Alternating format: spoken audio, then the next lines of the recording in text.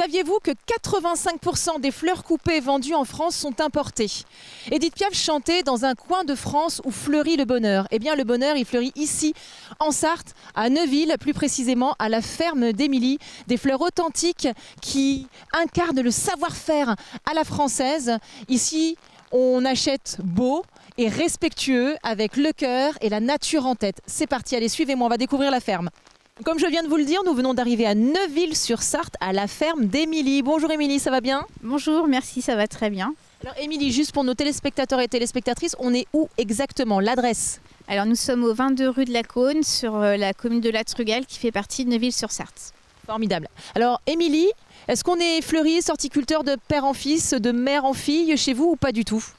Pas du tout, j'ai juste une passion depuis que je suis enfant pour les fleurs et j'ai été souvent me balader avec mes parents dans des parcs arborés avec beaucoup de fleurs diverses et variées. Et puis aujourd'hui on a la chance d'avoir une maison avec beaucoup de végétation.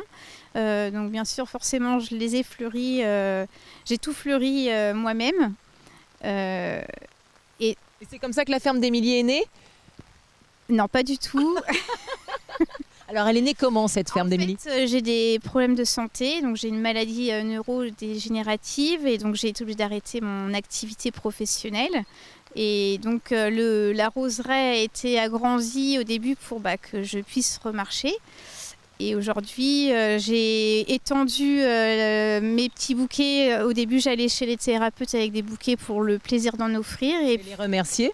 Et les remercier pour tout le travail qu'ils font au quotidien. Et de là est partie l'idée, faudrait que tu en fasses quelque chose parce que c'est magnifique, etc. Et donc j'ai proposé l'année dernière à l'automne à l'association des parents d'élèves de faire une cueillette de tulipes à la maison. Donc tout le monde était super content de la proposition. On a eu un temps estival, beaucoup de monde. Et donc voilà. Et c'est parti comme ça. De là est partie l'histoire parce que la chambre d'agriculture m'a dit mais en fait madame vous avez une ferme florale, je ne savais même pas que j'avais fait ça. De vous-même? De moi-même, voilà. Et puis l'aventure est partie comme ça. Après je suis pas à temps complet de par ma maladie. Mais j'essaye de faire ce que je peux et puis rendre les gens aussi heureux d'avoir des fleurs de saison locales, françaises. Et donc j'ai adhéré au collectif de la fleur française en début d'année. Ce qui est un très beau message parce qu'effectivement vous soutenez l'agriculture française, la production locale, l'artisanat local et on réduit l'empreinte carbone, etc. Donc il y a un vrai, c'est hyper important, hein, c'est ce que je vous disais au départ, 85% des fleurs coupées chez nous en France sont importées. Donc c'est important de soutenir nos artisans locaux comme Émilie. Oui, merci, oui c'est ça. Et puis les gens sont très demandeurs. On le voit bien, le consommateur cherche à savoir d'où viennent les fleurs. Donc c'est très apprécié d'avoir en plus des fleurs. Là, celui-là, je l'ai cueilli tout à l'heure. Il est magnifique. Elles sont fraîches. Quand on voit les transports où les fleurs arrivent déjà, pas fanées, mais abîmées en tout cas. Elles ont déjà deux jours de vie dans la vue. 2 jours de vie dans la vue. Donc voilà, c'est... Alors justement, on va peut-être aller voir de plus près quelles sont les fleurs qu'on trouve chez Émilie. Des fleurs 100% locales et authentiques. Voilà, sans intrants chimiques, parce que c'est aussi important de passer le message, c'est qu'ici, il n'y a pas de pesticides, tout est naturel, le paillage pour justement garder la fraîcheur, pour éviter d'arroser de trop. On a aussi du fumier pour amender la terre, donc voilà, tout est naturel et aucun pesticide. Et je fais aussi en sorte que la permaculture aussi soit présente sur la ferme florale.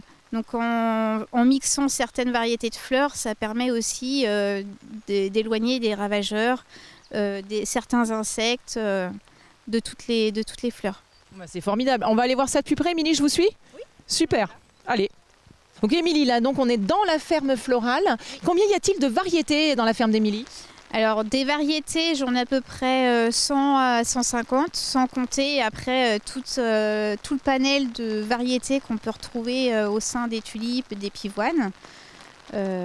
Beaucoup. Là derrière vous, vous avez les pieds de dahlia. Donc d'ailleurs sur les dahlias, il y a une multitude de variétés, des pompons, des collerets, des lotus, des cafés au lait. J'adore cette fleur parce qu'en fait c'est une fleur qui dure assez longtemps. Quand vous dites assez longtemps, c'est-à-dire? En termes de floraison, on peut en avoir au début de l'été jusqu'aux premières gelées. L'avantage, c'est que quand les personnes veulent revenir acheter des fleurs de saison, c'est une fleur qu'on peut, quand elles ont leur petite favorite, de pouvoir refaire un bouquet. Les fleuristes, c'est ce qu'elles aiment aussi, c'est pouvoir avoir des variétés un peu favorites et de pouvoir leur reproposer toute la saison estivale. Alors vous, est-ce que vous avez une fleur signature, Émilie? Ma signature, ça va être la tulipe. Il y a tellement de super variétés, des odorantes, des effets pivoine, des frisés. Il y a beaucoup de variétés. C'est une des premières fleurs en fait qu'on va trouver au début du printemps. Une fleur aussi qui, pour les premiers mariages, ça peut être aussi... c'est la première fleur qu'on a en début de printemps.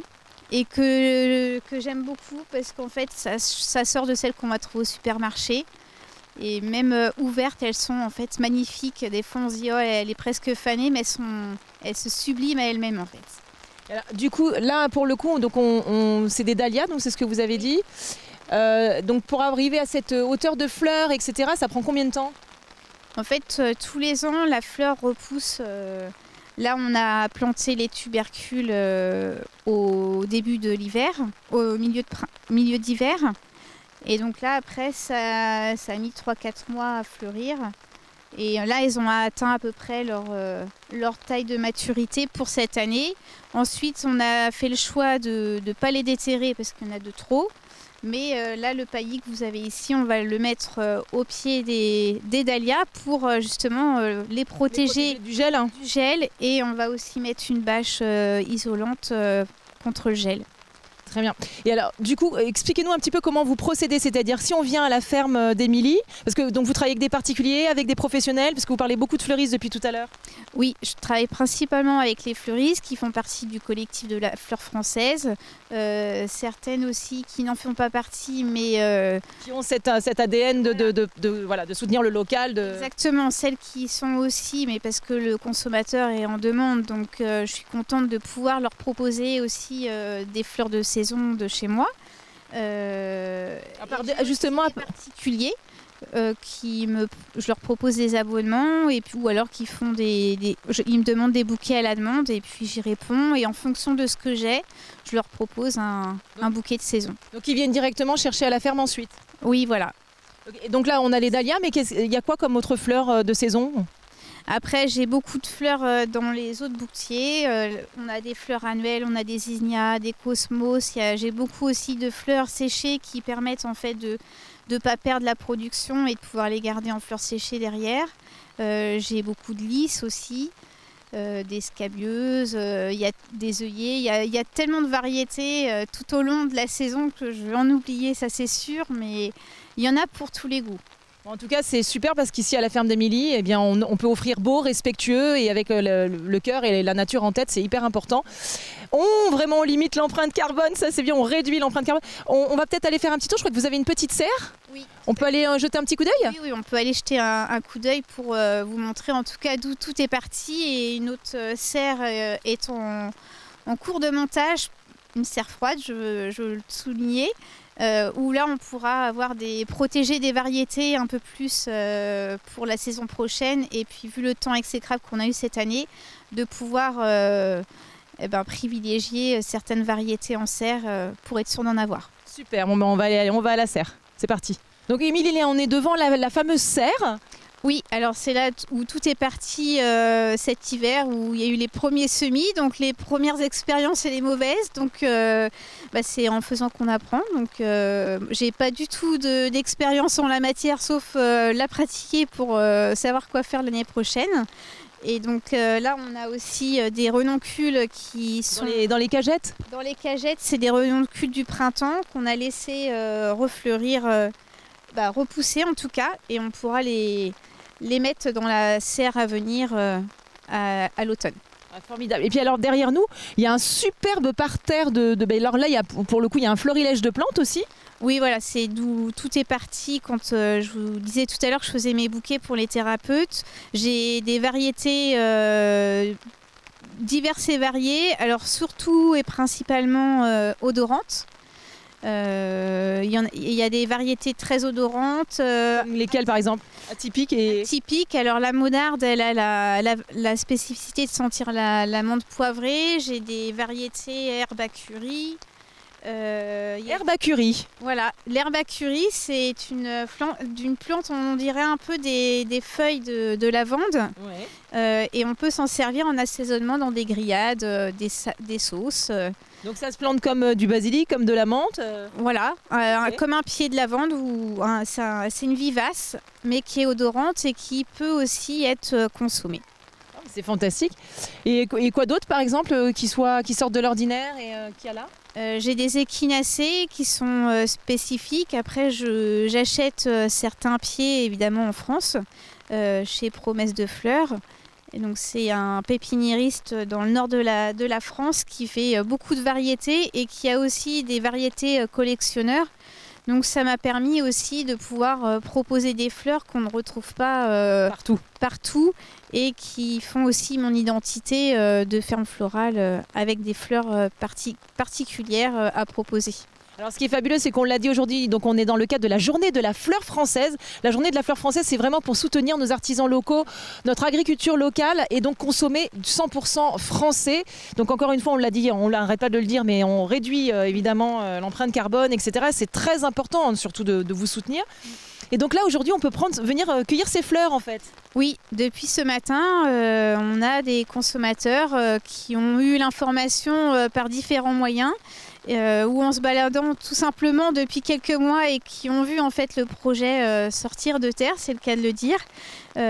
Donc aujourd'hui, on a pu venir cueillir ces fleurs, ces dahlias, ces lys dans la ferme florale et repartir avec un souvenir de la fleur française.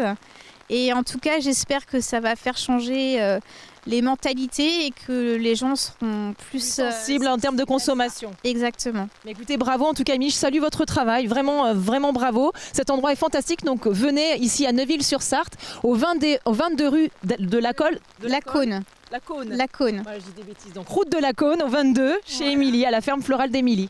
Tout à fait. Bon, bah c'est fantastique. Je vous attends avec grand plaisir pour vous partager ma passion des fleurs et puis vous faire découvrir l'univers des fleurs qui est tellement apaisant au quotidien. Ben voilà, c'est tout. Bon ben voilà, hein, c'est déjà fini. J'espère que vous avez passé un aussi bon moment que moi avec vous. Je compte sur vous pour être au rendez-vous la semaine prochaine, même endroit, même heure. Je vous embrasse très fort. Prenez soin de vous.